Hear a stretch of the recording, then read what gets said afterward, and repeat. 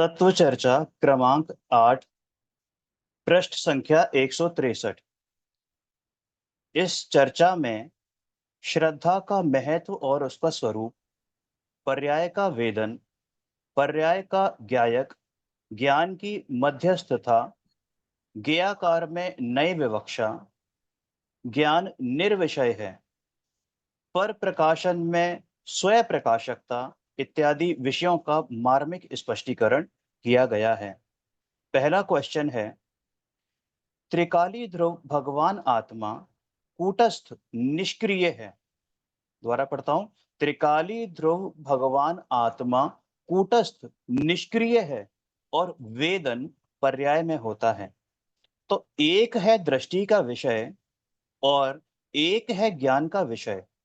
इसमें मुख्य गुण कैसे होता है और ज्ञान का स्वरूप कहता है, कृपया समझाइए बाबूजी। जो त्रिकालिक ध्रुव आत्म तत्व है वो तो कूटस्थ निष्क्रिय और संपूर्ण है। अनंत शक्तियों का पिंड एक चिन्मात्र तत्व है और उसका वेदन पर्याय में होता है। वेदन कूटस्थ का पर्याय में मतलब? होता है। कूटस्थ का मतलब भैया अपरिणामी की बात है, यहाँ पर जो ध्रुव है। बस। हम्म।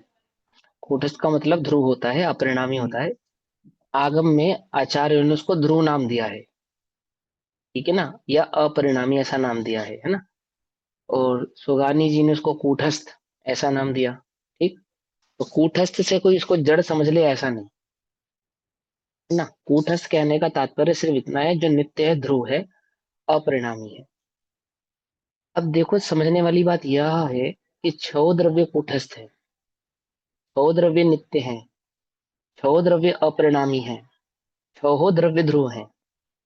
और जीव की मुख्यता से बात चल रही, तो द्रव्य का जो साधारण कहो या बेसिक कहो या सामान्य कहो, एक ही बात है ना। कहीं पे उसको साधारण कहेंगे, कहीं उसको सामान्य कहेंगे, इंग्लिश में उसको बेसिक कह देंगे। तो जो द्रव्य है वो कैसा है?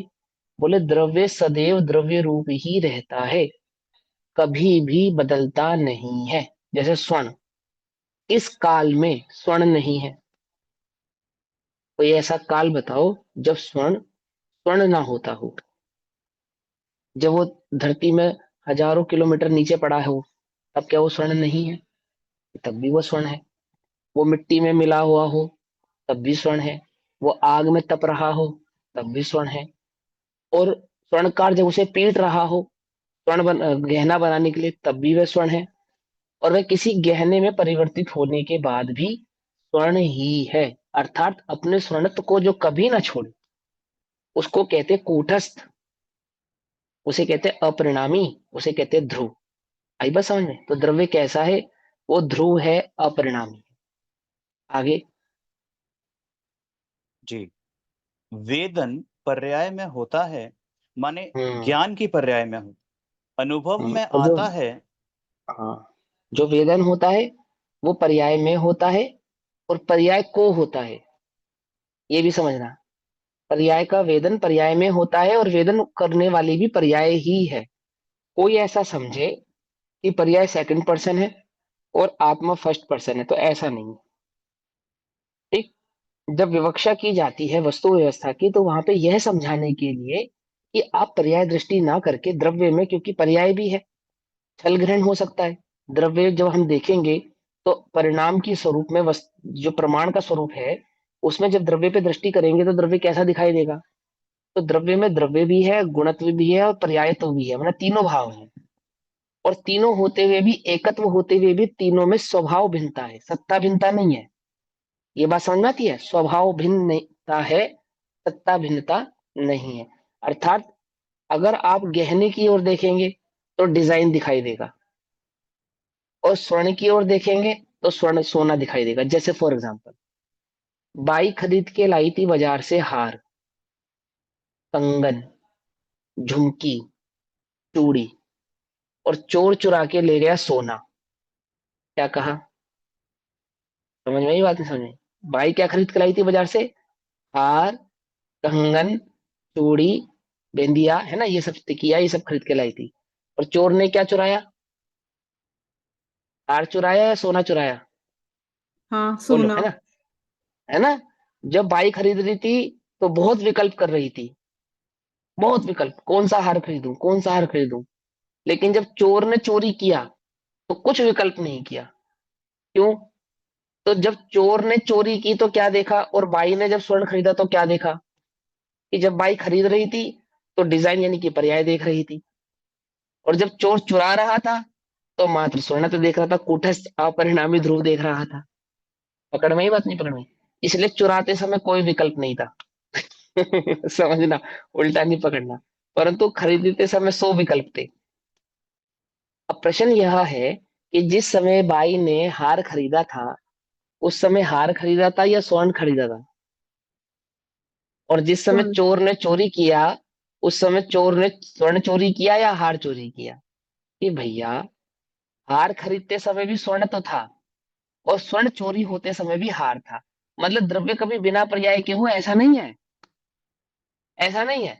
लेकिन यह दृष्टि के विषय की बात है, तो हम यहाँ जब पर्याय को गौण करने की चर्चा करेंगे तो इस तरीके से बात करेंगे, मानो पर्याय कोई थर्ड पर्सन हो। पकड़ में ही बात। लेकिन तुम छल ग्रहण नहीं करना। आई बात समझ में? जब चोर पकड़ा जाएगा और बाई को बुलाया जाएगा और कहा जाएगा कि बाई अपना सोना पहचान, तो क्या पहचानेगी वो? स्वर्ण पहचानेगी या हार पहचानेगी? क्या पहचानेगी, बोलो? उस पर्याय से समय तो हार पहचानेगी। उस समय तो हार से हार। पहचाने। हाँ, पता है। और सुकून किस चीज का है? स्वर्ण मिल गया इसका है, या हार मिल गया इसका है? मोल सुकून स्वर्ण। मोल किसका तो है? स्वर्ण का है।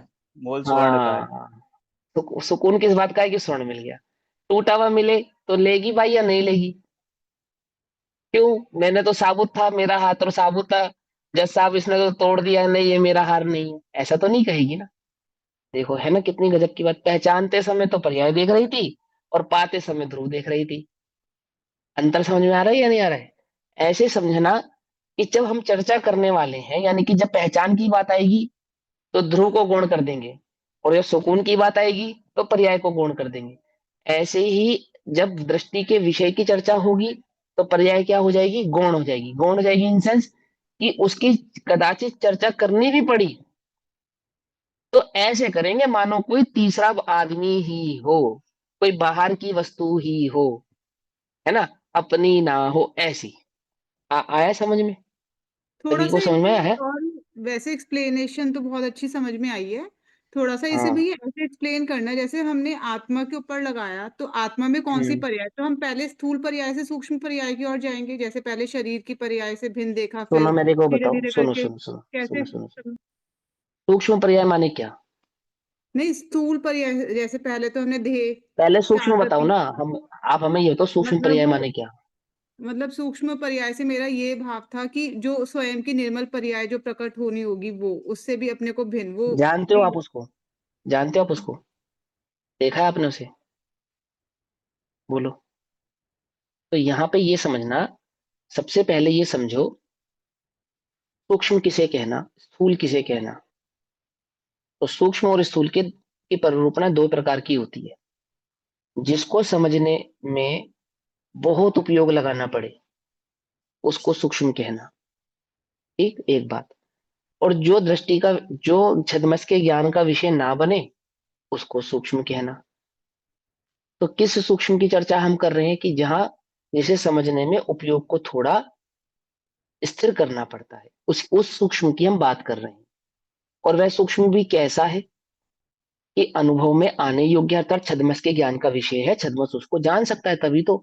जो अनुमान से जाना जा सके, तर्क से समझा जा सके, अनुभव गम्य हो, छद्मस के अनुभव गम्य हो, वो सूक्ष्म नहीं है। सूक्ष्म तो वह है जो जाना नहीं जा सकता, छद्मस के द्वारा जाना नहीं जा सकता। और जो जाना जा सके वो सब स्थूल है ना? तो अब यहाँ पे जो भेद विज्ञान की बात चल रही है, कि आपने जिस तरीके से बताया बाहर की पर्यायों से, यानी कि व्यंजन आदि भावों से, वो पर की पर्याय है, मिली जुली पर्याय भी, उसमें पर की पर्याय समझना। जैसे इस देह में, देह मेरी पर्याय नहीं है, देह में जो ज्ञान की पर्याय है वो मेरी पर्याय है। पकड़ में ही बात, नहीं पकड़ में ही? और वहां पे ज्ञान सामान्य की दृष्टि करने की अपेक्षा से जो विकल्प है, जो विचार है, उनसे भिन्न एक मात्र जानन जानन हार जो भाव है, उसकी दृष्टि कराने की अपेक्षा से वहां पर्याय को भिन्न कहा जाएगा। अर्थात वहां ध्रुव का लक्ष्य लेना है ना, तो ध्रुव का लक्ष्य कैसा लेना? कि जो ध्रुव स्वभाव आपने आगम के द्वारा समझा है, कैसा समझा, कैसा है वो ध्रुव, कैसा है वो भगवान आत्मा, क्या है उसका लक्षण, क्या है उसका स्वभाव, तो उसकी दृष्टि मात्र करने को कहेंगे कि पर्याय की दृष्टि ना करना। होगा तो सब काम पर्याय में ही, दृष्टि करने का जो पुरुषार्थ है वो भी पर्याय में होगा, दृष्टि करने के बाद जो अनुभव होगा वो भी पर्याय में होगा, और अनुभव के बाद जो संवेदनादि भाव है वे भी पर्याय ही है। वह ध्रुव भगवान आत्मा जानने में भी पर्याय में ही आएगा, और उस ध्रुव भगवान आत्मा को जाने की भी पर्याय। वो ध्रुव भगवान आत्मा कौन, कौन, मैं। और कौन पर्याय उसको मैं जानेगी, पड़ोसी की मेरी मैं पर्याय की, वो भी मेरी है।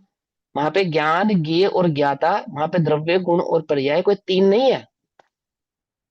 लेकिन चर्चा ऐसे करेंगे कि मानो किसी तीसरे व्यक्ति की बात चल रही है।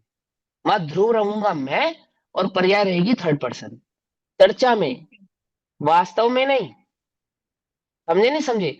दृष्टि के विषय में पर्याय को गौण करने का तात्पर्य क्या है? ज्ञान ने ऐसा स्वीकार नहीं किया कि द्रव्य बिना पर्याय का, ऐसा स्वीकार नहीं किया ज्ञान ने वहां पर। ज्ञान तो भली प्रकार से जानता है कि द्रव्य का स्वरूप कैसा है, उसका स्वभाव कैसा है। वहां तो उपयोग को स्थिर करने की अपेक्षा से वो पर्याय को गौण करता है, अर्थात उस काल में पर्याय की दृष्टि नहीं करेगा।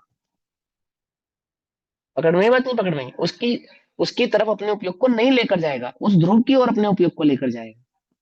बस उसको कहना पर्याय का गौण करना, या पर्याय की दृष्टि नहीं करना, या पर्याय बिना का द्रव्य। उस पर्याय बिना के द्रव्य को यहाँ पे कूटस्थ, ध्रुव और अपरिणामी ऐसा कहा जाएगा। ठीक, समझ में आई बात? कोई कंफ्यूजन? हाँ, नहीं अब क्लियर, पॉइंट क्लियर हो गया। क्लियर है ना? हाँ, हाँ, चलो वो भैया फिर ज्ञान से की पढ़ते हैं। पर्याय लेते जी। जो त्रैकालिक ध्रुव आत्म तत्व है वो तो कूटस्थ, निष्क्रिय और संपूर्ण है। अनंत शक्तियों का पिंड एक चिन्मात्र तत्व है और उसका वेदन पर्याय में होता है। वेदन पर्याय में होता है माने ज्ञान की पर्याय में वेदन होता है, अनुभव में आता है, और जो ज्ञान की पर्याय में अनुभव में आता है वही दृष्टि का विषय होता है। अभी यहाँ यही पे एक बात समझने वाली बात है कि बहुत सारे जगह पे हमने सुना है कि अनुभव चारित्र गुण की पर्याय है, कोई कहता है श्रद्धा गुण की पर्याय है, और बाबूजी ने यहाँ पे इसको कहा है ज्ञान गुण की पर्याय है। अब बस वो सिर्फ विवक्षा भेद है। वास्तव में बात ये समझो कि जब अनुभव होगा तो श्रद्धा, ज्ञान, चारित्र तीनों का परिणमन एक साथ होगा। जब श्रद्धा अनुभव आएगा ना, अनुभव में आएगा आत्मा, ये भगवान आत्मा का जब अनुभव होता है अपना, तो वो श्रद्धा, ज्ञान, चारित्र कोई अलग अलग परिणम रहे हैं ऐसा नहीं, उनका तीनों का एक साथ ही परिणमन होता है। और वास्तव में जो अनुभव होता है वो किसी एक गुण की पर्याय नहीं है। वो श्रद्धा, ज्ञान, चारित्र तीनों ही गुणों की पर्याय है, मिली जुली पर्याय है। इसलिए अनुभव को व्यंजन पर्याय भी कहते हैं, मालूम? व्यंजन पर्याय का विषय है वो, क्योंकि वो तीन गुणों की मिली हुई पर्याय है। तो भी उसे ज्ञान का क्यों कहना? क्योंकि अनुभव जानने का काम तो ज्ञान ही करेगा, इसलिए उसे ज्ञान गुण की पर्याय भी कहते हैं। परंतु वह अनुभव आता कि जो उसको वो बिना श्रद्धान के हो जाता है क्या? कि नहीं भैया, बिना श्रद्धान के नहीं होता, इसलिए वो श्रद्धा गुण की पर्याय भी है। और क्या वो अनंतानुबंधी के अभाव के बिना प्रकट हो जाएगा क्या? कि अनंतानुबंधी के अभाव के बिना प्रकट नहीं होगा, इसलिए वो चारित्र गुण की पर्याय भी है। परंतु वो जानने में ज्ञान क्या आता है, इसलिए उसे ज्ञान गुण की पर्याय भी कहते हैं। तो कहीं आगम में ही बता रहा हूं मैं आपको, कहीं अनुभव ज्ञान गुण की पर्याय पढ़ने में मिलेगा, कहीं श्रद्धा गुण की पर्याय पढ़ने में मिलेगा, कहीं चारित्र गुण की पर्याय पढ़ने में मिलेगा। तो कंफ्यूज मत होना, जहां जिसकी मुख्यता है वहां वैसा कथन किया है। और वास्तविकता में अहम इक्कौ खलु शुद्धो नान दर्शन समग्गौ, ज्ञान दर्शन चारित्र कैसा है? समग्र, समग्र है। तो अनुभव भी समग्रता का ही आएगा ना, कोई भेद थोड़ी है वहां ज्ञान दर्शन चारित्र में। विवक्षा में भेद है, वस्तु में भेद नहीं है। समझ में आती है बात? विवक्षा कहने में भेद पड़ेगा, वस्तु में कोई भेद मान ले तो क्या कहेंगे आचार्य देव? नहीं करना छल ग्रहण, यदि हो कहीं कुछ स्खलन। क्या स्खलन है? बस इतना स्खलन है कि हम भेद करके कह रहे हैं, तुम भेद मान मत लेना। आई बस समझ में? बस इतना। तो चलो भाई आगे, ज्ञान गुण की पर्याय है आगे। बरोबर, यही मैं हूँ ऐसे अहम रूप में वेदन होता है। दृष्टि में अब भी अहम, अहम अहम रूप कौन में करता है? अहम कौन करता है? श्रद्धा करती है, ज्ञान करता है? अहम प्रतीति वो श्रद्धा। श्रद्धा कर रही है ना, फिर वो ज्ञान गुण की पर्याय कैसे हो गई? तो तीनों बातें समझाई जा रही है ना, ऐसा। आगे। जी, श्रद्धा में आता है और ज्ञान में भी अहम रूप से ही वेदन होता है। जो अभी आपने बोली वही हाँ। बात आ गई यहाँ पर, है ना? हम्म, श्रद्धा में ज्ञान नहीं है, लेकिन श्रद्धा में भी वो अहम रूप में प्रतीति में आता है। यहाँ ध्रुव की बात है कि श्रद्धा श्रद्धा में ज्ञान नहीं है, लेकिन श्रद्धा में भी वो अहम रूप में प्रतीति में आता है। श्रद्धा श्रद्धा में उसमें अहम आता धारण है। करती है। श्रद्धा में ज्ञान नहीं है तो भी श्रद्धा जो गुण है वो उस ध्रुव भगवान आत्मा में अहम पना धारण करता है। तो बोले श्रद्धा में तो ज्ञान नहीं, उसने अहम पना कैसे धारण किया? वो श्रद्धा का स्वभाव है कि ज्ञान जिसको अपना जानेगा श्रद्धा उसको अपना मानेगी। ज्ञान जिसमें ये निर्णय कर लेगा कि ये मैं हूँ, श्रद्धा उसे बिना इफ एंड बट के स्वीकार कर लेगी। समझ नहीं बात? श्रद्धा कैसी है? श्रद्धा का काम है ज्ञान निर्णय करेगा, जो निर्णय वो करेगा तो मेरा निर्णय है। हनुमान जी चले ना श्री राम के बिना, और राम जी चले ना हनुमान के बिना। ये काम है इन दोनों का। श्रद्धा मिथ्या तो ज्ञान मिथ्या, और ज्ञान जो निर्णय करे श्रद्धा वो माने। कुछ बात समझ में ही नहीं आई, है ना? निर्णय का सारा काम किसका है? ज्ञान का। और ज्ञान पे आरोप सारा किसकी वजह से आएगा? श्रद्धा की वजह से। कुछ बात आती है? आती नहीं आती? टोटल नहीं, काम निर्णय का कौन करे? श्रद्धा निर्णय करेगी ना। नहीं, निर्णय तो ज्ञान निर्णय तो ज्ञान करता जानेगा। है। नहीं नहीं नहीं, निर्णय ज्ञान करता है। जब ज्ञान भली प्रकार से पूरी प्रकार से निर्णय कर लेता है कि यहां मैं हूं, तो जब ज्ञान निश्चिंत होकर उसको कहता है मैं हूं, तो श्रद्धा बिना इफन बट के उसमें अहंपना धारण कर लेती है। अभी जो आपको लगता है ना कि मैं ज्ञान हूँ, ज्ञान मैं तो क्या, ज्ञान तो जानता है कि मैं आत्मा हूँ। अभी ज्ञान ने इसका निर्णय नहीं किया। यदि ज्ञान निर्णय कर ले तो श्रद्धा एक समय ना लगाए। श्रद्धा एक समय ना लगाए तो उसे ही कहते हैं इसको, उसे ऐ वही कह दिए ज्ञान बेसिकली ने कि मैं आत्मा बेसिकली हूँ। श्रद्धा ज्ञान की अनुसारिणी होती है, ज्ञान की ऐसा तो फॉलोअर होती है। बिल्कुल है, 100%। हाँ बिल्कुल बिल्कुल, है ना? और श्रद्धा निर्णय करे, ज्ञान निर्णय करता है, तो श्रद्धा भी निर्णय करती है। और जो श्रद्धा निर्णय करती है ज्ञान मान लेता है, तो ज्ञान जो निर्णय करता है श्रद्धा उसको स्वीकार के हाँ, ना। फिर सम्यक दर्शन होता है, फिर सम्यक दर्शन से वो ज्ञान भी सम्यक ज्ञान के हाँ, और टोटल का टोटल काम, टोटल टोटल फ्लक्चुएट कर निर्णय का रहा है। काम तो करा नेट ज्ञान ने। फ्लक्चुएट कर रहा है, आपका नेट फ्लक्चुएट। कोई बात, हाँ हो जाता कभी कभी। टोटल का टोटल निर्णय करने का काम तो कर रहा है ज्ञान ने। चाहे मिथ्या था चाहे सम्यक था, काम तो सारा काम किया था ज्ञान ने। लेकिन आरोप ज्ञान पर टोटल का टोटल श्रद्धा की वजह से पड़ने वाला है। ऐसा क्यों होने वाला है? बोले कोई दो नहीं है, गुण दो है, वस्तु एक ही है। वस्तु एक ही, प्रतिपादन दो प्रकार से हो रहा है ना, ज्ञान की अपेक्षा से अलग और श्रद्धा की अपेक्षा से अलग। तो इस प्रकार से ऐसा विवक्षा भेद पड़ता है। वास्तव में तो एक ही बात है ना? चलो आगे। जी, यही मैं हूँ, ऐसे अहम रूप में वेदन होता है, दृष्टि में भी अहम रूप में प्रतीति में आता है, श्रद्धा में आता है और ज्ञान में भी अहम रूप में ही वेदन होता है। श्रद्धा में ज्ञान नहीं है, लेकिन श्रद्धा में भी वो अहम रूप में प्रतीति में आता है, श्रद्धा में आता है, विश्वास में आता है और ज्ञान में भी अहम रूप में उसका वेदन अर्थात संवेदन यानी आत्मानुभूति होती है। इसलिए श्रद्धा और ज्ञान दोनों का विषय एक ही है। हाँ, श्रद्धा अभी और आपने ज्ञान जो दोनों का बोला ना, विषय एक है। हाँ, हाँ। अभी आप जो बोला ना वही सारी चीज़ें अभी एक नेक्स्ट में आ गई कि दृष्टि भी उसी को विषय करती है और ज्ञान भी उसी को विषय करता है, दोनों का स्वर एक ही। एक है ना? हाँ, एक है। बहुत अभी सुंदर। यहाँ पे एक शब्द, इसमें एक शब्द है स्वसंवेदन। संवेदन एक शब्द है, संवेदन। संवेदन कहते हैं अनुभूति को। और इससे पहले एक शब्द आया था प्रतिभास। प्रतिभास कहते हैं जानने को। ये ध्यान से समझना। कोई प्रतिभास को अनुभूति कहे तो ऐसा नहीं है। ठीक है? प्रतिभास का अर्थ होता है जानना, और संवेदन का अर्थ होता है अनुभव, अनुभूति। ठीक है? चलो आगे। दृष्टि भी उसी को विषय करती है और ज्ञान भी उसी को विषय करता है और दोनों का स्वर एक ही है।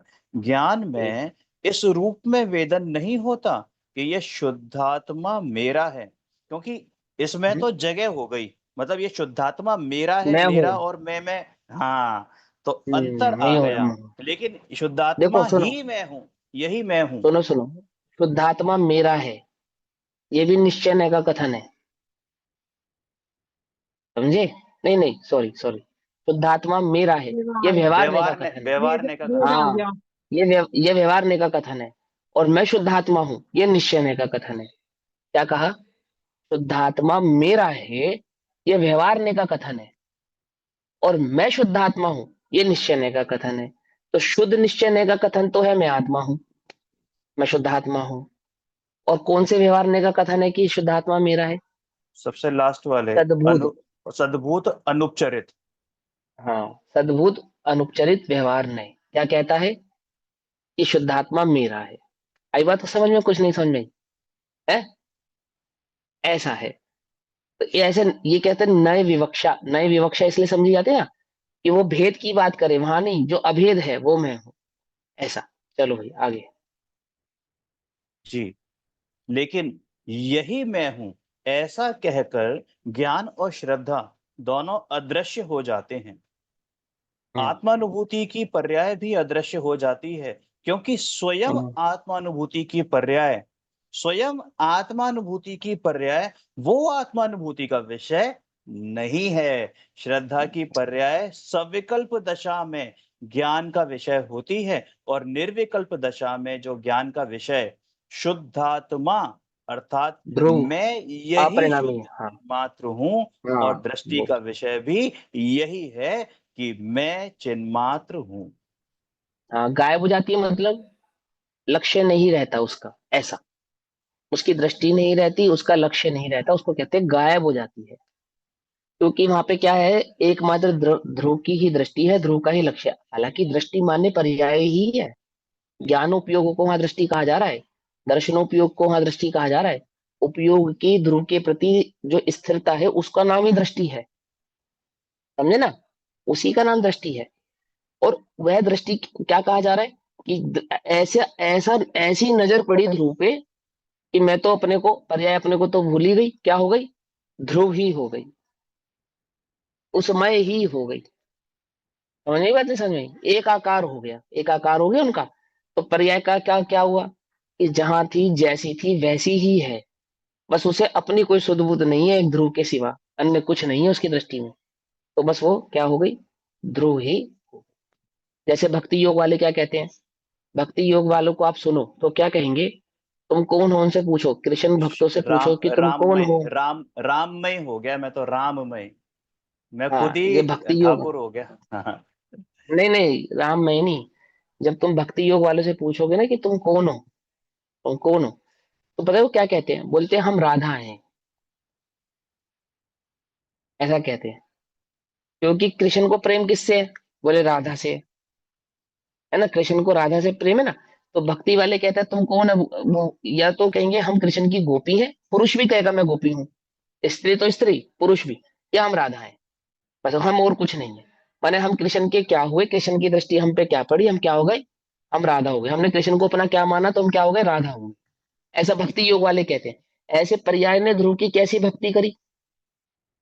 बोले ऐसी भक्ति करी कि ध्रुव को देखा और अपने को तो भूल गई, बस ध्रुव ही हो गई वो तो, ऐसा एक आकारपना आ गया उसके अंदर। अब ये सिर्फ अलंकार है। अनुभूति कहने का तात्पर्य वहां ध्रुव और वो पर्याय कोई अलग अलग नहीं है। ध्रुव ने ध्रुव की दृष्टि की है, अब वो पर्याय की अपेक्षा से पर्याय ने ध्रुव की दृष्टि की है, पर्याय गुण हो गई है। क्यों? क्योंकि ध्रुव तो जैसा था वैसा का वैसा ही। क्या देखा उसने, पर्याय ने क्या पाया? उस ध्रुव को कैसा पाया? जैसा था वैसा पाया। अनुभूति में भगवान आत्मा कैसा जानने में आया? अपूर्ण वो अचिंत्य शक्ति स्वयमेव देव है ना, अचिंत्य शक्ति वाला वो स्वयमेव देव कैसा है? परिपूर्ण है। परिपूर्ण है मतलब जैसा था वैसा है, बदला नहीं। उसके अंदर कोई बदलाव करके पर्याय ने उसमें अपनापन स्थापित किया हो, ऐसा नहीं कि मैं तुमसे शादी तो कर लूं पर तुम्हारी मूछें थोड़ी छोटी है, थोड़ा बड़ा कर लो तो कर लूंगी, बाल बड़े हैं तो थोड़े छोटे कर लो तो कर लूंगी, ऐसा नहीं। ऐसा नहीं, कैसा? वो तो परफेक्ट है, उसमें कुछ कोई गुंजाइश नहीं है किसी प्रकार का अमेंडमेंट करने की। वो तो पर्याय की वह दृष्टि पड़ने भर की देर है, जैसी दृष्टि पड़ी तो वह उसकी हो गई, ऐसा। पकड़ नहीं बात? उसको अपरिणामी, कुछ बदलाव करने की आवश्यकता नहीं है क्योंकि वो कंप्लीट है, ऐसा है। चलो आगे। बहुत सुंदर। अब आती है बात श्रद्धा की उपयोगिता की। विश्वास यानी श्रद्धा इसमें और ज्ञान में, इसमें यानी कि श्रद्धा में और ज्ञान में जो अंतर है, वो समझ में आना चाहिए। क्योंकि कभी-कभी अंदर से एक प्रश्न उठता है कि जब ज्ञान सारा काम कर लेता है, तो फिर श्रद्धा की क्या आवश्यकता है? लेकिन ये हमारे प्रकट अनुभव की बात है कि श्रद्धा की पर्याय लोक में भी अलग से चलती है और ज्ञान की पर्याय अलग से चलती है। भले ही दोनों साथ-साथ चलें और दोनों का विषय भले ही एक हो, लेकिन दोनों का स्वरूप न्यारा-न्यारा है। अब इसकी कैसे सिद्धि करेंगे? कि जैसे लोक में हमें बहुत सी बातों का ज्ञान नहीं होता, तो वहाँ केवल श्रद्धा से ही काम चलता है। सारे लोकालोक की बातों का ज्ञान हमको नहीं होता। होता है या नहीं होता? नहीं होता। तो श्रद्धा से ही काम चलाते हैं। जैसे साक्षात भगवान की वाणी में जो भी करणान योग का विषय है, गणित है, वो हमारे ज्ञान का विषय नहीं होता। इतना ही क्षयोक्षम है अपना। अल्प विकास है, तो वो ज्ञान का विषय नहीं होता, लेकिन सर्वज्ञ की वाणी ऐसी है कि विश्वास अवश्य होता है ना? तो अज्ञानी को भी होता है और ज्ञानी को तो ज्ञान पूर्वक श्रद्धान होता है। ज्ञानी को देखो मेरी एक बात ज्ञान सुनो, पूर्वक देखो एक सिंपल सी बात समझना, बहुत सिंपल सी बात समझो। मनुष्य में तो डीएनए करने की सुविधा है, और आपस में बोलचाल करने की, व्यवहार करने की, एक दूसरे से पूछ ले उसकी सुविधा है। तो त्रियंच जब जन्म लेता है, वो कैसे निर्णय करता है कि यही मेरी माँ है? श्रद्धा करता है, नहीं करता है? करता है। उसकी श्रद्धा कैसी है? तो क्या करते हैं आपको मालूम? जो हाथी पालते हैं, या ऊंट पालते हैं, या बछड़ा पालते हैं, वो गाय आदि पालते हैं, वो क्या करते हैं कि जैसे ही बच्चा जन्म लेता है, तुरंत उसकी आंखें बंद कर देते हैं, कपड़ा बांध देते हैं उसके चेहरे पे, आंखों पे, तुरंत, एकदम। और किसी, जहां उसका पालन नहीं करना, माने जी किसी किसी हाथी का बच्चा, हथनी जन्म देते हुए मर गई, ऊँटनी बच्चे को जन्म देते हुए मर गई, अथवा घोड़ी अपने बच्चे को जन्म देते हुए मर गई, तो क्या करा उन्होंने कि वो बच्चे को जन्म देते समय ना बच्चे की आंखें बंद कर देते तुरंत, और किसी अन्य घोड़ी के पास, किसी अन्य के पास, क्या नाम है, जो भी वो, जिस भी वो ब्रीड का जानवर है, उसके पास उसको ले जाकर छोड़ देते। तो वो बच्चा है वैसी श्रद्धा कर लेता है अपने आप ही कि यही मेरी माँ है। क्या श्रद्धा कर लेता है वो? यही मेरी, ये त्रियंचों की स्थिति से समझा रहा हूं मैं आपको, कि मैं सबसे, जब से न्यूनतम ज्ञान वाली की जो स्थिति है, उस स्थिति से आप समझो, वो भी संगीत पंचेंद्रिय और हम भी संगीत पंचेंद्रिय है। तो लोक में कितना सारा व्यापार तो ऐसा है, कितना सारा व्यवहार तो ऐसा है, जहां ज्ञान और श्रद्धा अलग अलग प्रकार से कार्य कर रहे हैं। कैसे कार्य कर रहे हैं? अब ज्ञान की अपेक्षा से तो देखा जाए तो बिल्कुल सामान्य सी बात है, जिसको जान रहा है और उसमें बस अहमपना धारण कर लेता है, टेंशन में कर ली ना। और कितने सारा ऐसा है भाव, कितना भाव ऐसा है जिसके अंदर आपको ज्ञान ना भी हो, है ही नहीं ज्ञान, लेकिन आप श्रद्धान के बल पे धारण कर लेते हैं। जैसे फॉर एग्जाम्पल, थोड़ा थोड़ा मिथ्यात का उदाहरण है पर समझना। एक भेड़ चलती है तो उसके पीछे सारी भेड़ चलती है, एक गाय चलती है उसके पीछे सारी गाय चलती है। तो एक निर्णयात्मक निर्णय कर लेता है त्रियंचों में कि कहाँ चलना है, और बाकी सभी त्रियंच उसके पीछे पीछे श्रद्धा के बल भी तो चलते हैं, श्रद्धा के बल पे तो चलते हैं, चलते हैं कि हाँ भाई जहां चाह रहे सही जा रहा होगा, कोई निर्णय ही नहीं करते। ये तो मिथ्या दृष्टियों की स्थिति है, सम्यक दृष्टियों की नहीं। ये मैं मिथ्या दृष्टियों की स्थिति समझा रहा हूँ कि लोक में मिथ्या दृष्टि, कोई किसी भी राह पे चलते हैं, किसी को भी अपना मानते हैं, पराया मानते हैं, या किसी से भी दोस्ती करते हैं, कितनी सारी बातें ऐसी हैं जिनमें उनको कोई क्या नाम है, परीक्षा करनी पड़ती हो, ऐसा नहीं, बस श्रद्धा के बल पे जान लेते हैं। तो क्या कहते हैं कि चार अनुयोग में तीन अनुयोग तो ऐसे हैं जिनको श्रद्धा के बल पे हम स्वीकार कर लेते हैं। राम कृष्ण लक्ष्मण से कौन कौन मिला है?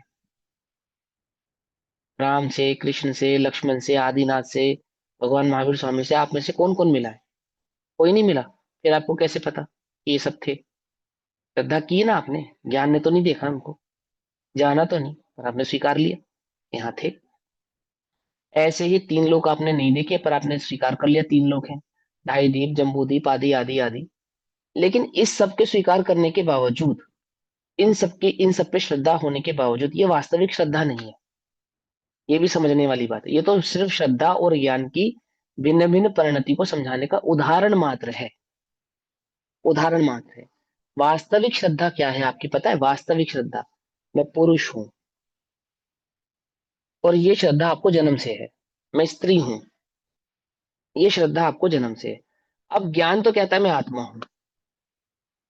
लोगों को हम मरते हुए भी देखते हैं, जन्मते हुए भी देखते हैं, पूर्ण जन्म भी देखते हैं, उन लोगों का पूर्व जन्म का संस्कार भी देखते हैं। और लोक में वैसे ऐसे हजारों उदाहरण मिलते हैं जिससे हमें ये सिद्ध हो जाता है, अंदर में हमारे मन ये कहता है कि हाँ भाई बात तो सही है कि पुनर्जन्म होता है और ये जो जीव है पहले वहां था और अब यहाँ है। ये बात तो सही है, ये सब ज्ञान कह रहा है, लेकिन श्रद्धा अंदर में क्या कह रही है? सुख तो भैया रुपया में ही है, बाप बड़ा ना भैया, सबसे बड़ा रुपया। सुख तो भैया भोगों में ही है, कुछ भी कहो, सुख तो मैं हूं तो शरीर ही। समझ में आई बात? नहीं समझ? श्रद्धा तो जिसमें अहमपना धारण किए बैठी है, बैठी ही है। ज्ञान भले ही कहता हूँ, अंतर में ज्ञान भले ही बोलता हूँ कि नहीं ऐसा नहीं ऐसा है, ऐसा नहीं ऐसा। ज्ञान तो बहुत कुछ बहुत सारी चीजों का निर्णय करता है। शमशान घाट जाते हैं ना जी, तो 5 मिनट के लिए 3 मिनट के लिए तो बिल्कुल ऐसा हो जाता है कि बस भाई अपना आखिरी रास्ता तो यही है। और बाहर निकल के उसी शमशान घाट से बाहर निकल के कचौड़ियाँ खाता है, चाय पीता है। क्या कुछ बात समझ में आई या नहीं? 2 मिनट के लिए तो उसको ऐसा लगता है कि कुछ नहीं है संसार में, कुछ नहीं, और बस बाहर निकलने की देर है, बाहर। और अब तो बाहर निकलने की भी देर नहीं है, सब सुविधाएं वही है। आंखों के सामने चिता चलती रहती है, लोग चाय पीते रहते हैं। क्या स्थिति है ये? अब भले ही ज्ञान कह रहा है कि हाँ यार एक दिन तो मरना है, पर श्रद्धा ये मानती कि मैं अजर अमर हूं। मालूम, मैं मरूंगा ही नहीं। माने देह में अपनापन है, आत्मा की अपेक्षा से अजर अमर नहीं। श्रद्धा ये निर्णय ही नहीं करने को तैयार है कि एक दिन मुझे भी जाना है। ज्ञान भले ही कह रहा है कि जाना है, श्रद्धा मानने को तैयार नहीं है। समझना ध्यान से। तो ये तो एक लौकिक उदाहरण है मिथ्या दृष्टियों का। अब सम्यक दृष्टि की अपेक्षा से समझेंगे इस बात को। इस सम्यक दृष्टि जब ज्ञान स्वभाव का निर्णय करता है शास्त्र के आगम के आधार से, परीक्षा करके, न्याय से, युक्ति से, आगम के आधार से ना, उन सबका परीक्षा करता है। और बेसिकली जो परीक्षा की प्रधानता है ना, वो द्रव्य योग की अपेक्षा से ही है। आप वर्तमान योग की कोई परीक्षा नहीं कर सकते कि वो भूतकाल में वो घटना घटी थी या नहीं घटी थी। कुछ एक बातें लक्षण आपको प्राप्त हो भी जाए, लेकिन आप एग्जैक्टली घटना का निर्णय नहीं कर पाएंगे। और कर्णानुग की अवस्थाओं का आप निर्णय नहीं कर सकते क्योंकि वो इतनी सूक्ष्म है कि केवल ज्ञान गम्य है। अब ले दे के बचता है क्या? चरणानुग। तो चरणानुग की अब परीक्षा कैसे करेंगे? वो तो आचरण रूप है, आपको पालन करना है, उसका बात खत्म। आप नहीं करोगे तो पाप होगा, करोगे तो पुण्य होगा। आपको मानना है मानो, नहीं मानना मत मानो, उसका मतलब आप परीक्षा नहीं कर सकते उसकी। आप अब बचता है मात्र द्रव्य योग, जिसको परीक्षा करके पहचाना जाता है या जिसके ऊपर परीक्षा की जाती है। और वो परीक्षा भी कैसे की जाती है, उस परीक्षा को करने का तरीका क्या है? बोले पहला तरीका तो है कि श्रद्धा करो, फिर परीक्षा करो, फिर श्रद्धा करो। क्या कहा? समझ में आई बात? नहीं समझ में आई? पहला तरीका तो क्या है कि जो हम कह रहे हैं मान लो। जैसे विज्ञान कहाँ से शुरू होता है? कहाँ सपोज से शुरू होता है? Suppose suppose suppose, let. Suppose, let, है ना? मान लो, यहीं से शुरू होता है। फिर उसकी परीक्षा करी जाती है, और फिर परीक्षा करके एक निर्णय पे पहुंचा जाता है, फिर उसका श्रद्धांजलि कर लिया जाता है कि हाँ ऐसा ही है। ऐसा ही है ना? ऐसे ही द्रव्य नियोग में पहले देवशास्त्र गुरु के की परीक्षा नहीं की जाती, पहले उन पर श्रद्धांजलि किया जाता है कि वो जो कह रहे हैं सही कह रहे होंगे। क्यों कह रहे हैं? क्योंकि सबसे पहली बात तो उनका वीतरागता का स्वरूप है, उन्हें कुछ नहीं चाहिए हमसे। और दूसरी बात, वो हमको भक्त नहीं बना रहे, वो कह रहे कि जो स्थिति मेरे को प्राप्त है मैं तुझे वही स्थिति प्राप्त करा दूंगा। तो ये पहला लक्षण उसका, तो वो हम उसको स्वीकार करके कि चलो हमारी आपकी और हमारी पहली डीलिंग ये है कि आप हमसे कुछ मांगेंगे नहीं। क्या कहा? इस शर्त पे कि भाई साहब देखने का कोई रुपया नहीं है, देख तो लो, समझ में आए तो लेना, नहीं समझ में तो रहने देना। तो देख, आपने पहले ये श्रद्धा करी कि देखने का पैसा नहीं लगेगा, अर्थात समझने का कोई मोल नहीं लगेगा, तो मैं समझने के लिए तैयार हुआ हूं।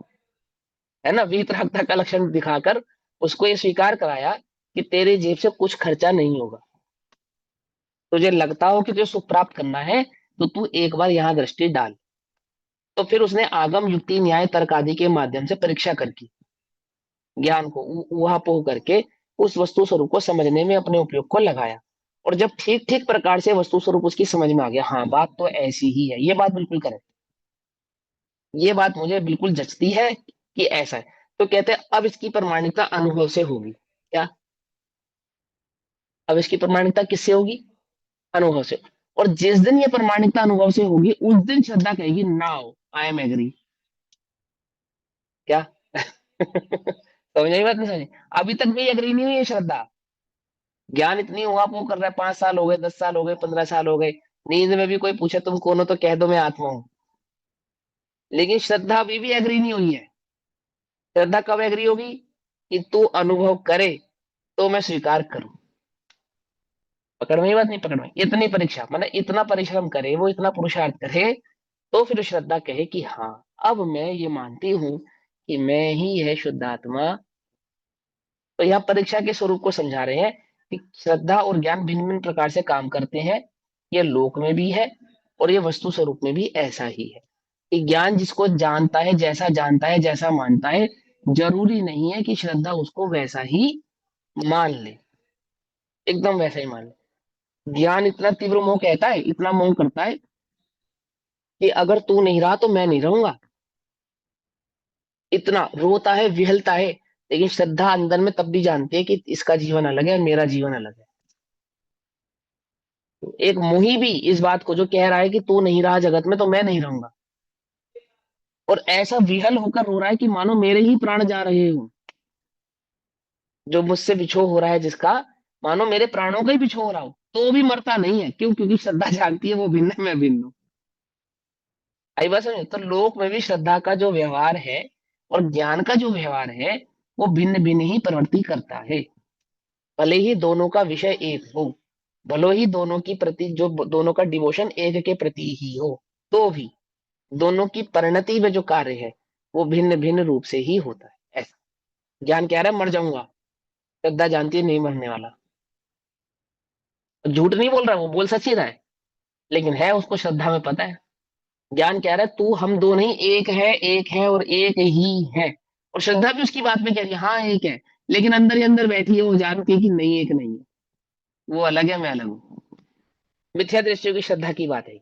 लोक में भी ऐसा ही है। ठीक है ना? चलो अब जो बाबूजी समझा रहे हैं उसको समझेंगे। बोलो भैया, बाबूजी ने क्या कहा, उदाहरण क्या दिया उन्होंने?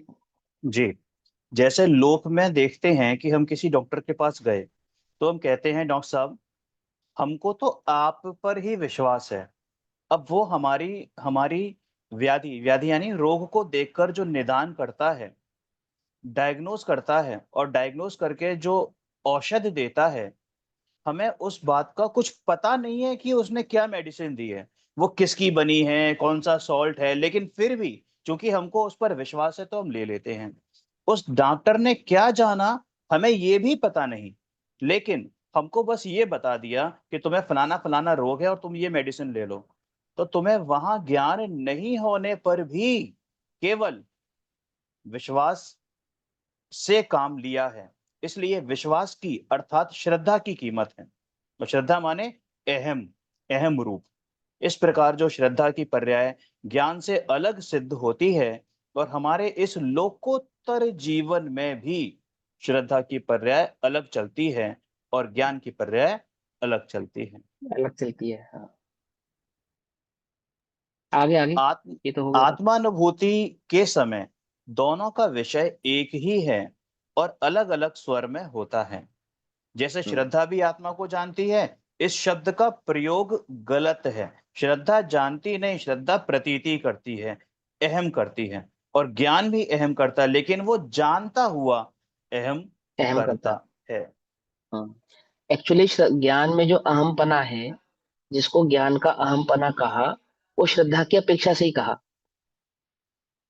समझे ना? वो श्रद्धा की अपेक्षा से ही कहा। अब ये विवक्षा ही भेद है ना, सिर्फ दर्शन ज्ञान चारित्र, कोई तीन नहीं है, एक ही है।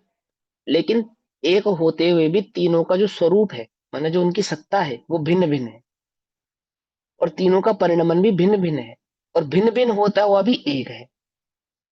पकड़ में ही बात? नहीं पकड़ में? एक भी है और भिन्न भी है, और भिन्न होता हुआ भी एक ही है। तो वहां जो ज्ञान निर्णय कर रहा है, बेसिकली जब ज्ञान पूरी प्रकार से सही प्रकार से ज्ञान ने निर्णय किया, ये स्टैंप कौन लगाएगा कि ज्ञान ने निर्णय सही किया? श्रद्धा लगाएगी। पकड़ में ही बात? श्रद्धा लगाएगी। श्रद्धा ने जैसे स्टैंप किया तो ज्ञान को नाम क्या पड़ गया? सम्यक। और जब तक श्रद्धा ने स्टैंप नहीं लगाई थी तब तक ज्ञान क्या कहला रहा था? मिथ्या। भले ही ज्ञान कह रहा था मैं आत्मा हूं, भले ही ज्ञान कह रहा था मैं निर्विकार हूँ, निश्चल हूँ, ध्रुव हूँ, ज्ञायक हूँ, लेकिन श्रद्धा ने जब तक स्टैंप नहीं लगाई, ज्ञान पे कोई आरोप नहीं आ रहा था, ज्ञान मिथ्या ही कहलाया जा रहा था। तो अब देखो दोनों बातें, दो भिन्न भिन्नता क्या है कि ज्ञान कह रहा है मैं आत्मा हूं, लेकिन जब तक श्रद्धा नहीं कह रही है, तो ज्ञान काम अलग कर रहा है, श्रद्धा काम अलग कर रही है। और जैसे ही श्रद्धा ने कहा कि हाँ, तो ज्ञान को नाम सम्यक मिल गया। यानी श्रद्धा और ज्ञान कोई दो पार्टी के हैं या एक ही पार्टी के हैं? पार्टी तो एक ही है इनकी। बस काम करने का तरीका अलग अलग है। पकड़ में बात नहीं? पकड़ में माने एक ही उपकरण के पुर्जे हैं ये। समझे नहीं समझे? लेकिन एक ही उपकरण के पुर्जे होते हुए भी एक ही है, अलग अलग नहीं। मोबाइल की स्क्रीन तो मोबाइल है ही, और मोबाइल के अंदर की जो सामग्री है वो भी मोबाइल है। कुछ बात समझ में नहीं? मोबाइल क्या है? किसको मोबाइल कहें? स्क्रीन को मोबाइल कहें, अंदर के पार्ट्स को मोबाइल कहें, इन बटन्स को मोबाइल कहें किसको? ये सभी कुछ मोबाइल है, और सभी कुछ मोबाइल नहीं भी है। तो वो स्वभाव से तो तीनों एक रूप से काम करने की अपेक्षा से एक ही है, और काम करने के तरीके अलग अलग हैं, स्वभाव अलग अलग है, तो उस अपेक्षा से अलग अलग भी हैं। तो वहां ज्ञान ने निर्णय किया, श्रद्धा ने भी निर्णय किया, और श्रद्धा ने जो निर्णय किया, चारित्र ने उतनी उसमें स्थिरता स्थापित की, है ना? तीनों गुणों का परिणमन होगा ना, एक कषाय चौकड़ी के अभाव में चारित्र भी तो प्रकट होगा या नहीं होगा? मिथ्या ज्ञान तो मिथ्या श्रद्धान, तो मिथ्या चारित्र, और जो सम्यक ज्ञान तो सम्यक श्रद्धान, तो सम्यक चारित्र, तीनों एक साथ हुए। और काम कौन कर रहा है टोटल? ज्ञान श्रद्धान, ज्ञान श्रद्धान, ज्ञान श्रद्धान, बस। और चारित्र बढ़े, चारित्र और बढ़े, उसके लिए कौन कौन मेहनत करेगा? बोलो। ज्ञान ज्ञान ज्ञान। बस। श्रद्धा ज्ञान। सम्यक होए, इसके लिए भी मेहनत ज्ञान ने की थी। हम्म। चारित्र निर्मल हो, इसके लिए भी मेहनत ज्ञान ही करेगा। और चारित्र अनंत चारित्र हो जाए, सो इसकी मेहनत भी कौन करेगा? ज्ञान ही करेगा। और तो कोई नहीं करेगा, और तो कोई नहीं करेगा, है ना? काम एक ज्ञान ही करेगा, और उस एक ज्ञान के पीछे ये सबका काम होता चला जाएगा। और काम की अपेक्षा से तीन अलग अलग काम हो रहे हैं, और करने वाला एक ज्ञान ही है। समझे? क्योंकि वो मुख्य है, नेता है, इसलिए सारे आरोप उसके ऊपर हैं, है ना? मिथ्या कहेंगे तो ज्ञान को कहेंगे, सम्य कहेंगे तो ज्ञान को कहेंगे। कहेंगे नहीं कहेंगे? पकड़ में ही नहीं? पकड़ में सुख होगा तो ज्ञान को होगा। और इसलिए आत्मा का ही दूसरा नाम क्या रख दिया? ज्ञान। ज्ञान रख दिया। इसीलिए भैया आत्मा ही ज्ञान है, ज्ञान ही श्रद्धा आत्मा है। बोलते हैं। इसी कारण से श्रद्धा को अंधी बोलते हैं, श्रद्धा अंधी होती है। जहाँ ज्ञान ने लुढ़काया चले जाते हैं हम आपके काम करते हुए हाँ, भी। अंधी बोलते हैं, उसका मतलब कहने का मतलब है कि श्रद्धा में ज्ञान नहीं होता। अंध, आंख का अर्थ ज्ञान से होता है, इसलिए कहते हैं उसको, है ना? आगे। जी भाई। अब यहाँ कहते हैं कि श्रद्धा बिना जाने अहम करती है। अब ये कैसे होता है? श्रद्धा जब जानती नहीं है तो ज्ञान ने जिस आत्मा का निर्णय किया है और उस आत्मा में ज्ञान ने अहम रूप प्रवृत्ति की, अर्थात उसका वेदन किया, उसकी अनुभूति की, तो श्रद्धा वह कैसे चली गई? उसमें तो ज्ञान था ही नहीं। तो कहें कि ऐसा होता है क्योंकि ये सब एक ही परिवार के सदस्य हैं।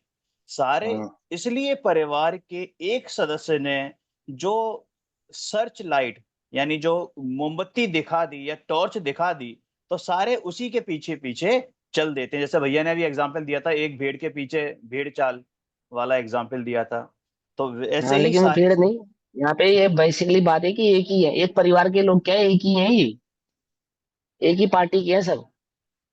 जो नेता मानेगा वो सब मानेंगे, पर नेता अपने को कहे कि मैं स्वतंत्र हूँ, मैं जो मानूंगा सो सब मानेंगे, तो ऐसा नहीं है। सबकी मोहर से नेता को नाम मिलेगा। काम तो सब नेता को ही करना है, ज्ञान को ही करना है, पर ज्ञान इतना भी स्वतंत्र नहीं है। ज्ञान कब तक सम्यक नहीं कहलाएगा जब तक श्रद्धा मोहर नहीं लगा देगी, और श्रद्धा मोहर लगाए इसके लिए मेहनत कौन करेगा? ज्ञान ज्ञान ज्ञान करेगा। ज्ञान। कहने को सर्वे सर्वा ज्ञान है। लेकिन मोहर किसकी लगेगी? श्रद्धा की ज्ञान। लगेगी। श्रद्धा की ये श्रद्धा तो की। दिखा, हाँ, वो कह रहे हैं तो सब दिखावे की बात है, एक ही पार्टी के लोग हैं ये, कि वो तो अध्यक्ष जी नहीं है ना, इसलिए आपका काम नहीं हो रहा। अध्यक्ष जी अकेले कौन है? अध्यक्ष जी कुछ नहीं है, भैया सारे जी फैसले तो कौन ले रहा है? ज्ञान सही निर्णय करता है, फिर भी श्रद्धा विपरीत चलती है। हम्म, वही तो बात चल रही है यहाँ पे। भाई मैं थोड़ा ना, लेट वही तो ज्वाइन बात चल किया, रही है। थोड़ा इसलिए पूछ रही हूँ। हाँ, तो ज्ञान ने सही निर्णय नहीं किया। ज्ञान ने सही निर्णय करता है, फिर भी श्रद्धा विपरीत चलती है। प्रश्न है ना आपका? इससे क्या समझ में आया? कि ज्ञान ने अभी सही निर्णय नहीं किया है। ज्ञान को ऐसा आभास है कि मैंने सही निर्णय कर लिया है, पर वास्तविकता में उसने भी सही निर्णय किया नहीं है। क्योंकि ऐसा होता नहीं कि ज्ञान निर्णय सही कर ले और काम ना बने, और काम ना बने, ऐसा नहीं होता है। काम नहीं बन रहा है, इसका मतलब अभी ज्ञान सही निर्णय पर पहुंचा नहीं है, ऐसा। पर तो ज्ञान क्या ये करें हम जानता फिर? है कि मैं कंफ्यूज है शुद्ध अभी, आत्मा ज्ञान हूँ। कंफ्यूज है। हाँ, कंफ्यूज है, बिल्कुल ज्ञान, कंफ्यूज है। हाँ, क्या? क्योंकि ज्ञान ये सच्ची समझ रखता है कि मैं शुद्ध आत्मा हूँ, लेकिन उसके बाद भी कहीं ना कहीं अहम बुद्धि अपनी देह में ही होती है। वो अहम बुद्धि किसने रखी है? श्रद्धा ने नहीं रखी है। श्रद्धा में ज्ञान नहीं है, ज्ञान ने ही अहम बुद्धि रखी है। अहम बुद्धि करने वाला भी ज्ञान ही है, श्रद्धा नहीं है। श्रद्धा में थोड़ी कुछ ज्ञान है, श्रद्धा को नहीं पता ये देह है और ये आत्मा है। ये तो सब ज्ञान को पता है। और ज्ञान सिर्फ धोखा दे रहा है, ऊपर ऊपर से। वो तुमको कह रहा है कि हाँ हाँ तुम सही कह रहे हो, हाँ मैं तुम्हारे साथ हूँ। है नहीं साथ, है नहीं साथ। ये दूसरी पार्टी का है। तो इसको अपनी पार्टी में मिलाने के लिए इस पे मेहनत करनी पड़ती है। सही प्रकार से मेहनत करोगे तो वो बात समझ में आएगी। इसने तुमको क्या धोखा दिया? मिथ्यात्व है ना। क्या है वो ज्ञान का मिथ्यात्व?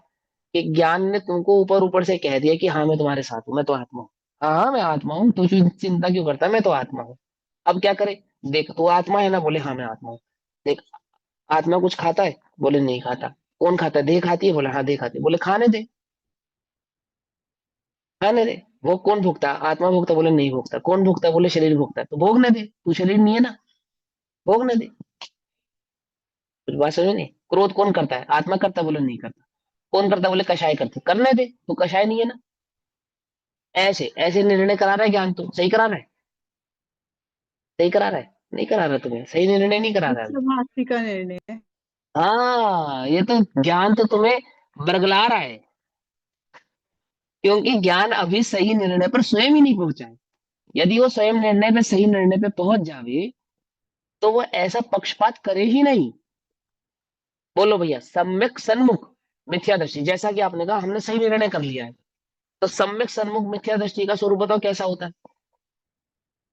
बतलाओ, पढ़ना फिर बतलाना, और फिर कहना कि भैया ज्ञान ने निर्णय तो सही किया, श्रद्धा ने नहीं किया। क्यों?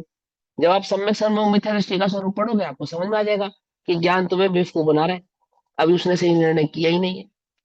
जैसे उसने अन्य किताबें पढ़ी थी, ऐसे उसने एक किताब और पढ़ ली, बस।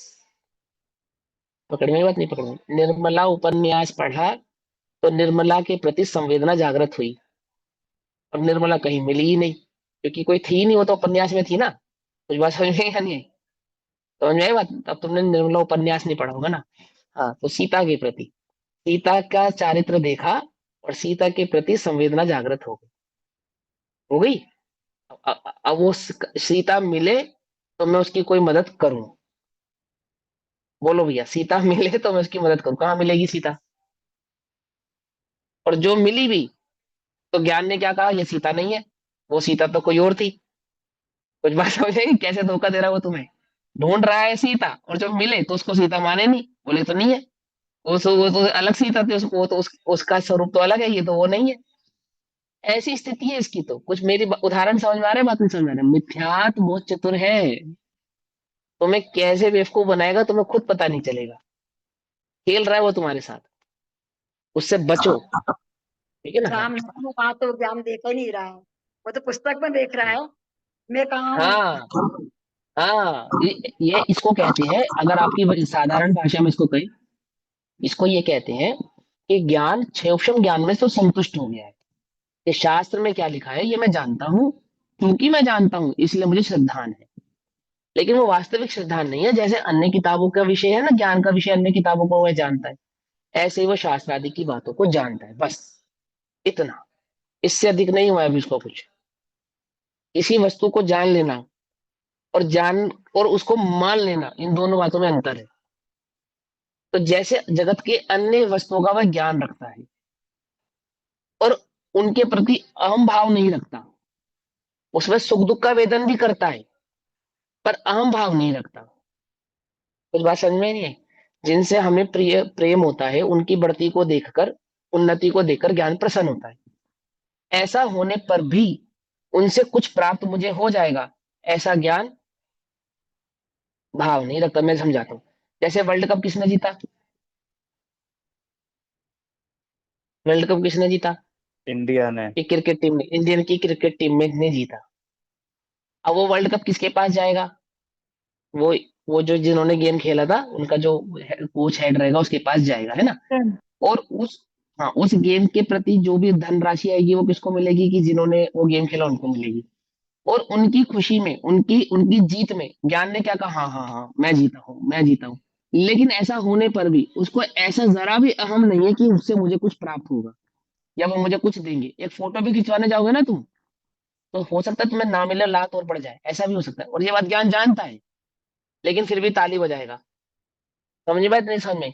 ऐसे ही तुम्हारी स्थिति है कि तुमने कहा हाँ हाँ मैं जैन हूँ, अरे मैं आत्मा हूँ भैया, मैं आत्मा हूँ। तो हो सकता है तुम रो भी पड़ो, प्रसन्न हो जाओ, सब कुछ हो जाए। लेकिन जैसे ही भोगों की, कषायों की और पराशक्ति की बात आएगी, तुरंत ये निर्णय भली प्रकार से पता है कि भैया सुख तो शरीर में ही है। मैं हूं तो शरीर ही, भले ही मैं कहूँ आत्मा हूं, तो मैं शरीर ही। समझे नहीं समझे? भले ही मैं उसकी उसकी प्रसन्नता में प्रसन्न हूं, परंतु कुछ प्राप्ति की बात आने पर ये पूरा, मुझे पूरा निर्णय है कि वहां से मुझे कुछ प्राप्त होने वाला नहीं। ऐसी ज्ञान कह रहा है मैं आत्मा हूं। और जब आत्मा होने की बात आती है तो डर जाता है, घबरा जाता है। सबसे पहले क्या याद आती थी? देह याद आती है। सर्वप्रथम अभी तुम्हारे को, तुम क्रोध करो और हम तुम्हें कहें तुम आत्मा हो, तो तुम क्या कहोगे हमसे? भैया हमें मत सिखाओ, हमें सब पता है?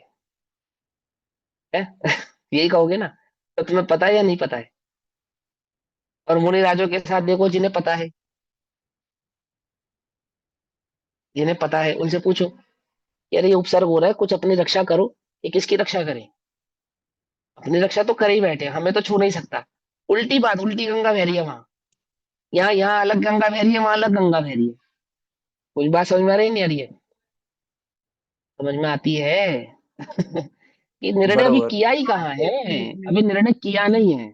बस ठीक है, जैसे और चीजें जानते हैं। पानी किसे कहते हैं? H2O। ना तुमने H देखा ना O देखा, ना मतलब तुमने ऑक्सीजन की खबर, ना तुम्हें हाइड्रोजन की खबर। H2O is equal to water. ऐसे ही ज्ञान इज इक्वल टू आत्मा, और मैं आत्मा हूँ, बस ऐसे ही खबर है। इससे अधिक कोई खबर नहीं। पानी पीते हुए सब कभी लगा ऑक्सीजन पी रहा हूँ या हाइड्रोजन पी रहा हूँ? कभी नहीं लगता। पानी पी रहा हूँ, बस छुट्टी, खत्म बात, है ना। और कभी विचार भी नहीं करते H2O है। और कभी कभी जानने की जिज्ञासा भी नहीं रखी, कभी विकल्प भी नहीं आया ये H2O होता क्या है। किताब में पढ़ा था बचपन से, तो याद है, और बात खत्म, उदाहरण दे देते हैं। खोज को भी नहीं करी ना उसके प्रति, कोई खोज ही तो नहीं है। ऐसे ही किताब में पढ़ा था मैं आत्मा हूँ, आप बात कहते तो हम भी कह देते हैं।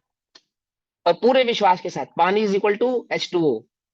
मैं यानी कि आत्मा, ना H2O की खबर है ना आत्मा की खबर। जैसा H2O पता है वैसा आत्मा पता है, बस इससे अधिक कुछ नहीं पता हमें। कुछ बात समझते नहीं समझते? जैसा हम H2O जानते हैं, ऐसा ही हम आत्मा जानते हैं, बस इससे अधिक कुछ बेसिक जानते ही नहीं है। इसका बेसिकली मतलब हाँ ज्ञान हम, ज्ञान नहीं है, ज्ञानाभास है, ज्ञानाभास है हाँ मात्र। वो क्षयोक्षम है, वो क्षयोक्षम है। जिसको तुम निर्णय समझ रहे हो वो क्षयोक्षम ज्ञान है, निर्णय की स्थिति नहीं। ऐसा। चलो। बहुत बढ़िया है। अपन एक उदाहरण से स्पष्ट करेंगे तो अच्छी तरह समझ में आएगा। जैसे हमारे सारे शरीर में देखने वाली आंखें हैं, और कोई है देखने वाला? किसी के हाथ के, पैर के, किसी की भी आंखें हैं या नहीं है? ये नहीं है। लेकिन आंखें देखती हैं, पैर चलते हैं, और पैरों की आंखें नहीं हैं। तो पैर चलते कैसे हैं बिना आंख के? क्योंकि देखने का काम आंख ने कर लिया। और शरीर एक अभेद तत्व है ना। लौकिक दृष्टि से शरीर एक अभेद तत्व है। तो उसके जो सारे कंपोनेंट्स हैं, वो यानी अवयव हैं, वो उस आंख के साथ साथ चलते हैं। तो आंख ने देख लिया और पैर चल पड़े।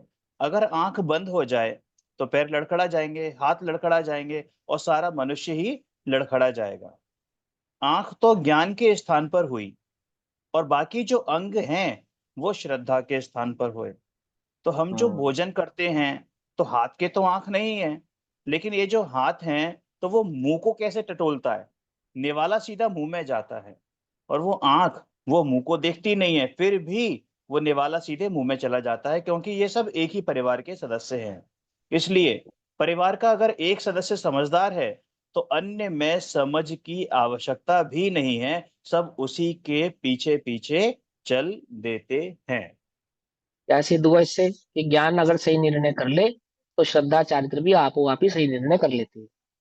इसका मतलब अगर श्रद्धा चारित्र में सही निर्णय नहीं हुआ है तो दैट मीन्स ज्ञान ने अभी सही निर्णय नहीं किया है।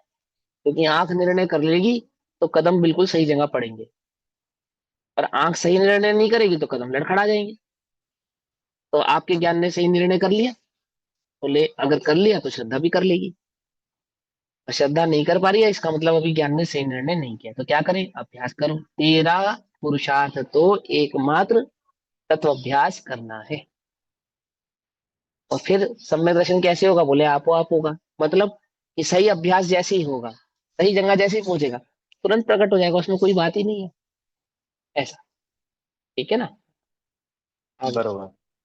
मिथ्या दर्शन में भी यही स्थिति है और सम्यक दर्शन में भी यही स्थिति है। अब ज्ञान के विषय में मुख्य गुण कैसे होता है कि वो मुख्य गुण ऐसे होता है कि जिस समय अनुभूति हो रही है उस समय आत्मा मुख्य है और बाकी सारे के सारे पदार्थ, सारा जगत गौण है। और जिस समय ज्ञान बाह्य पदार्थ को देख रहा है उस समय देखने में केवल केवल देखने में वो पदार्थ मुख्य हैं और आत्मा उस समय गौण है। गौण है माने चला गया ऐसी बात नहीं है कि चला ही गया है, ऐसी बात नहीं है। उस समय उस आत्मा को देखने का काम नहीं हो रहा है, जगत को देखो देखने ये का काम बात, हो रहा है। इस ये बात को उपयोग भैया अपनी दोबारा पढ़ो, और मैं चाहता हूं कि इस बात को सभी लोग नोट करें। क्योंकि ज्ञान और ज्ञेय प्रज्ञापन जो वस्तु स्वरूप है, ज्ञान ज्ञेय के संदर्भ में, ये बात अगर आपको समझ में आ गई तो आपको ज्ञान के संबंध भी समझ में आ जाएगा। ये बहुत इंपॉर्टेंट बात है, बहुत गहरी बात है। क्या कहा? फिर से पढ़ो, थोड़ा थोड़ा करके ज्ञ- पढ़ना। अब ज्ञान के विषय में मुख्य गुण कैसे होता है तो वो क्वेश्चन ऐसे क्या है होता कि है। ज्ञान, क्वेश्चन ये है कि ज्ञान मुख्य गुण कैसे करता है। देखो, ज्ञान में दो धारा एक साथ चल रही है। कर्म धारा, कर्म फल धारा की बात नहीं कर रहे, कर्म चेतना की बात नहीं कर रहे, समझना। एक ज्ञान है, एक ज्ञेय है, दो चीजें हैं। ज्ञान और ज्ञेय सदैव एक साथ ही रहते हैं, ऑल टाइम ऑलवेज। क्यों? क्योंकि शीशे। ज्ञान के पास एक स्वच्छता, क्योंकि ज्ञान के पास एक स्वच्छत्व शक्ति है और ज्ञान स्वपर प्रकाशक है। ज्ञान कभी भी स्व मात्र प्रकाशक, मात्र पर प्रकाशक नहीं होता, होता ही नहीं है, अनुभूति के काल में भी नहीं होता। बहुत ध्यान से समझना, सदैव स्वपर प्रकाशक है, सदैव स्वपर प्रकाशक ही रहता है। बहुत ध्यान से समझना। तो ज्ञान और ज्ञेय ये दोनों हमेशा रहेंगे, हमेशा रहेंगे। लेकिन ज्ञान में एक मुख्य गुण धारा होती है। तो मुख्य गुण करने का मतलब क्या है कि ज्ञान किस समय किसकी दृष्टि करेगा। जब ज्ञान ज्ञान की दृष्टि करेगा तो उस समय ज्ञेय का क्या होगा? कहाँ जाएंगे? गौण हो जाएंगे, कहाँ गौण जाएंगे? हो जाएंगे, गौण रहेंगे वहीं पर हो गौण हाँ, जाएंगे। ये रहेंगे वहीं, जैसे थे वैसे ही रहेंगे, जिस स्थिति में थे उसी स्थिति में रहेंगे, पर ज्ञान का विषय नहीं बनेंगे। विषय नहीं बनेंगे अर्थात ज्ञान का उपयोग उनकी प्रति नहीं देगा। इसका मतलब ये नहीं कि ज्ञान उस समय पर प्रकाशक नहीं है। जिस समय ज्ञान ज्ञान को देख रहा है, इसका मतलब ये नहीं कि ज्ञान उस समय पर प्रकाशक नहीं है, लेकिन देख नहीं रहा है। समझे? उसकी अपेक्षा से। और जिस समय ज्ञान ज्ञेय को देखता है, उस समय ज्ञान कहाँ जाता है? कि कहीं नहीं जाता, वहीं रहता है, एज इट इज रहता है। पर क्योंकि ज्ञान ज्ञेय लुब्ध है, ज्ञेय में मग्न है, तो किसको नहीं देख पाता? स्व को नहीं देख पाते। हाँ, वही है, उसी समय वही मौजूद है। इसी को कहा कि जब ज्ञान ने ज्ञेय को देखा तो ज्ञेयाकार हो गया, और जब ज्ञान ने ज्ञान को देखा तो ज्ञानाकार हो गया। अब मिथ्या दृष्टि क्या करता है? देखता तो ज्ञेय को है और कहता है ज्ञानाकार। क्या कहा? देखता तो ज्ञेय को है और क्या कहता है कि मैं तो ज्ञानाकार हूं। बोले क्यों? क्योंकि ज्ञान तो ज्ञेय को देखता ही नहीं, ज्ञान तो ज्ञान ही है, बस ज्ञान में तो सदैव ज्ञान ही रहता है, ज्ञेय होते ही नहीं। अरे भैया, ज्ञान में ज्ञेय नहीं होते, इसका मतलब समझो पहले क्या होता है, ये समझना पड़ेगा तुम्हें। अब वो तो चर्चा का विषय बाद का है, पहले यहाँ समझो। यहाँ क्या लाइन कही कि ज्ञान में मुख्य गुण होता है। मुख्य गुण होता है मतलब दो वस्तुएं सदैव एक साथ रहेंगी, एक साथ रहेंगी। देखो जिस समय तो मेरी आंख देखूं, सिर्फ आंख देखो तो कुछ और नहीं दिखेगा। कुछ बात समझ नहीं? तो जो चेहरे के अन्य अंग हैं, नाक है, होंठ है, कान है, वो कहाँ गए? जहां थे वहां के वहीं, वैसे के वैसे ही है। तो क्या कहा कि गौण हो गए, बस इतना कहा। गौण होने का मतलब कहीं चले गए ऐसा थोड़ी है, या दब गए ऐसा थोड़ी है। पर वो ज्ञान का विषय नहीं बना रहा, ज्ञान उन्हें अपना विषय नहीं बना रहा है, विषय नहीं कर रहा उनके साथ, बस इतनी सी बात है। अब आगे आगे क्या कहा? इसमें जैसे वो होता है ना भाई, ऐसे फोटो खींचते हैं तो उसमें फोकस, हाँ जैसे अब हिमांशु भाई खड़े हुए हैं, बैठे हुए हाँ हैं, तो हाँ हाँ केवल उनके हाँ हाँ। फोकस उनका चेहरे पर होगा, बाकी सारी चीजें ऐसा लगेगा कि ब्लर हो गई हैं वहीं पर, वही पिक्चर है। में भी आ रही हैं लेकिन वो ब्लर हो गई हैं, फोकस केवल उनके चेहरे पर है। तो ऐसा हाँ तरीके समझ सकते हैं यहाँ हाँ तक हाँ, है। ठीक है, बस बस ऐसा उदाहरण से समझ सकते हैं। आगे अब आप आगे क्या हुआ प्रश्न, आगे सुनो। हाँ, वो मुख्य गुण ऐसे होता है जिस समय आत्मानुभूति हो रही है, उस समय आत्मा मुख्य है और बाकी हम्म, सारे दूसरे पदार्थ यानी सारा जगत उसमें गौण है। और जिस हाँ सारा समय जगत उसमें गौण है, क्योंकि सारा जगत है तो है ही, ज्ञेय रूप से वहां पे है तो है ही, पर गौण है। अब जिस समय जगत पे दृष्टि यानी ज्ञेयों पे दृष्टि, उस समय क्या हो रहा है? उस समय आत्मा गौण हो गया। उस समय आत्मा गौण हो गया, बस। आप ज्ञेय को देखते हैं तो ज्ञेयाकार कहलाएगा, आप ज्ञान को देखते हैं तो ज्ञानाकार कहलाएगा। ज्ञान और ज्ञेय की जाति भिन्न भिन्न है या एक है? भिन्न भिन्न जाति है, तो भिन्न एक भिन्न। है। नहीं नहीं, अलग एक ही है, क्योंकि वो ज्ञान में ही झलकने में आ रहा है। नहीं केवल नहीं, केवल ज्ञान और ज्ञेय की जाति तो भिन्न। दोनों में भिन्न भिन्न है, तो वो भिन्न जाति अपने, के हैं। वो नहीं, जो अब सुनो आत्मा जाति जानने जो भिन्न में है। आ रहा है वो ज्ञान में जो ज्ञेय जाति की समझाता बात हूँ, नहीं कर रहे ना। समझा रहा हूँ। हाँ हाँ, ज्ञान और ज्ञेय की जाति एक मानोगे तो ज्ञेय ज्ञान सिद्ध हो जाएंगे, और वहां ज्ञान ज्ञेय को भी ज्ञान नाम प्राप्त हो जाएगा एक जाति का होने से। तो ज्ञेय की तो दृष्टि का विषय ही नहीं बनेंगे, ज्ञान ही मात्र दृष्टि का विषय रह जाएगा। तो अद्वैत ब्रह्मवाद का यहाँ पर क्या आएगा? दोषारोपण हो जाएगा।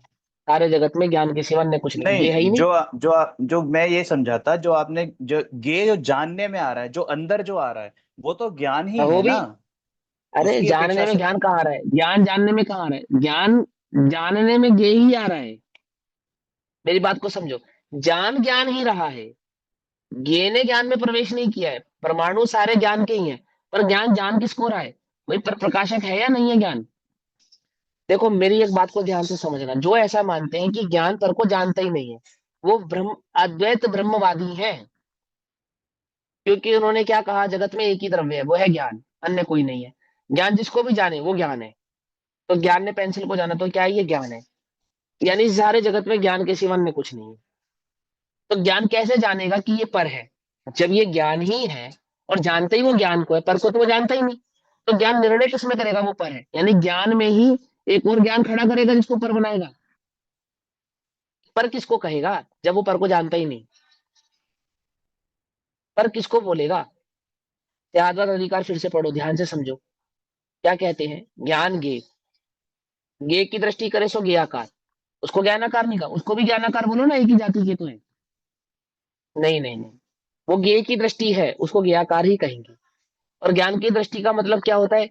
जो ज्ञान की दृष्टि का मतलब है ज्ञेय की दृष्टि नहीं होना, अर्थात ज्ञाता की दृष्टि होना, उसको कहते हैं ज्ञान की दृष्टि। ज्ञान इज इक्वल टू ज्ञाता, ज्ञान इज इक्वल टू जानना, ज्ञान इज इक्वल टू ज्ञेय को जानना नहीं, ज्ञान इज इक्वल टू ज्ञाता। कुछ बात समझ में आई या नहीं समझ में आई? जब हम ज्ञान की दृष्टि करेंगे तो कौन जानने में आएगा? ज्ञेय जानने में आएंगे? नहीं आएंगे, सिंपल। गौण हो क्योंकि वह जाए। ज्ञान कहने का गौण हो जाएंगे। सदमस का ज्ञान ऐसे ही काम करता है, केवल ज्ञान में ऐसा होगा, दृष्टि ज्ञान की होगी, जानने में दोनों आएंगे, एक साथ जानने में आएंगे। लेकिन छदमस की अवस्था में क्या होगा? जब दृष्टि ज्ञान की होगी तब ज्ञेय कहाँ जाएंगे? बोले गौण हो जाएंगे।